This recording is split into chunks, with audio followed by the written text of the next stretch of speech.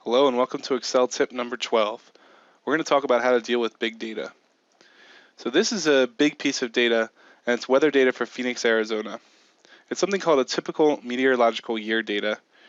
And so since it's a typical meteorological year, it pulls data from a bunch of different years. And that's why you'll see a bunch of different years in this first date column. And it does hourly data, so it's every hour for a typical year. So it turns out it's 8,760 hours, or 8,761 rows since we have a header row. So this is a big amount of data. So I'm going to show you a few tips and tricks to deal with this data. First off, sometimes when you're scrolling through this data, you want to make sure that you can see the top row. So one way you can do this, if you go to the View tab and go to Freeze Panes and freeze the top row. So what that does is, as long as you scroll, you're going to be able to see the top row, no matter what column you're on, even if you're all the way at the very bottom. This is nice because now you know what data you're looking at. Another thing you can do is freeze the first column. So if you have, in this case, we don't really have a long data set, but if you had a long data set where you wanted to go all the way over to the right here, you could still see the first column. So that's freezing the rows and the columns. And sometimes that's sort of helpful. So we just unfroze everything. So now another thing that's helpful is to split. So if we just go ahead and select this row number 4 and go to split, what this does is it gives us two Excel windows that are looking at the same sheet. So for example, in this case, if I want to look at the very bottom of the sheet in the bottom, and I want to look at the very top, I can do that.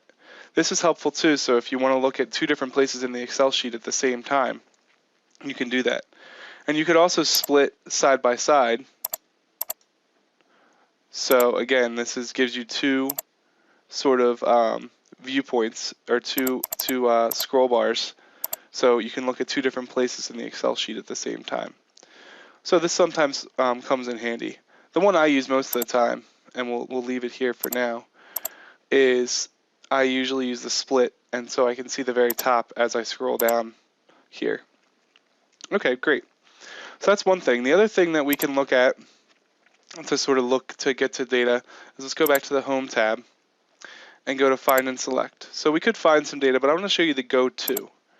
Perhaps I want to know what the 555th hour looks like. So if I look at that and I hit OK, it takes me to cell A555. So sometimes when you're dealing with incredibly large data sets, this is really helpful because you don't have to scroll through the whole thing and make sure you're in the right spot. So that's really nice. So the other thing we want to look at is if I want to select a lot of these cells. Maybe I want to select only the first 500 of the solar power column. So if we go up to 500, and actually the better way to do this is go to A500. And then what's nice is that I can do a couple things. The first thing I could do is I could hit, let's say if I want to do solar power, I could hit Control and just scroll all the way up. And this takes a little while. Boom, boom, boom, boom. So now I have selected all of the solar panel column. But the other thing I could do is if I go back down to the 500 column and unselect everything, I could do that and then hold Shift and select the very top row. So now it selects everything in between. You can see when I scroll up, it selects everything in between. So Control, just to sort of review that, Control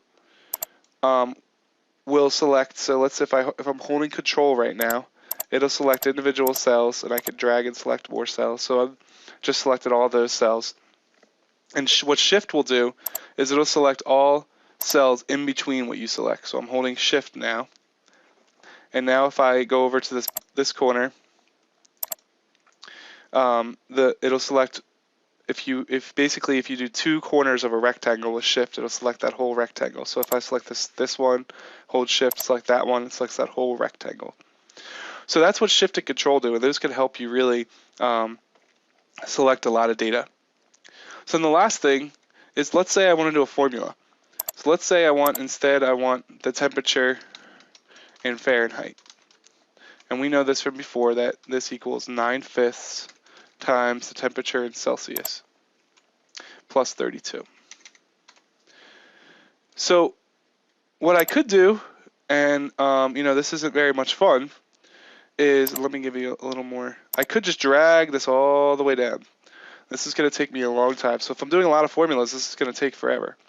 So it'll work. So you can sort of see now I drag it down and it works. But the other thing that's nice about this is that if I double click on this bottom right one, it's going to fill the formula in, and we can see it's going to fill the formula all the way to the bottom of what we did before. The other thing so let's start from scratch here. If I take the formula 9/5 times Celsius plus 32, then if I double click here, it'll go all the way to the bottom. So I can scroll all the way to the bottom and see that it filled in right like that. One last thing to fill in a formula is, let's select all of that by holding Shift and selecting it all. One last thing I can do to fill in a formula, just to give you guys a good basis for all of this, is I can copy this cell. I can hold Shift and select the very bottommost, and I can hit Control V. So that'll paste the formula. And remember, the formula is going to change depending on where I'm at in the sheet. So there you have it. Thanks for watching.